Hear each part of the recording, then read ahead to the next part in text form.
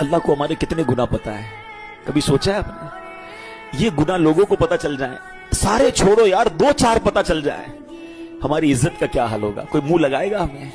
कोई साथ बिठाएगा हमें थूकेगा भी नहीं हमारे मुंह पर कि तू ऐसा इंसान है, हम तुझे क्या समझते हैं, तू ये करता है अकेले में?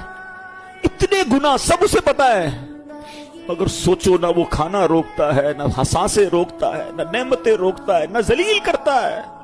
अरे ऐसे करीब से कोई गद्दारी करता है, कोई ऐसे करीब की नाफरमानी करता है, कोई ऐसे करीब को छोड़कर जाता है, कोई उसकी इबादत से मुंह मोड़ता है। जरा सोचो तो सही हम कर क्या रहे हैं।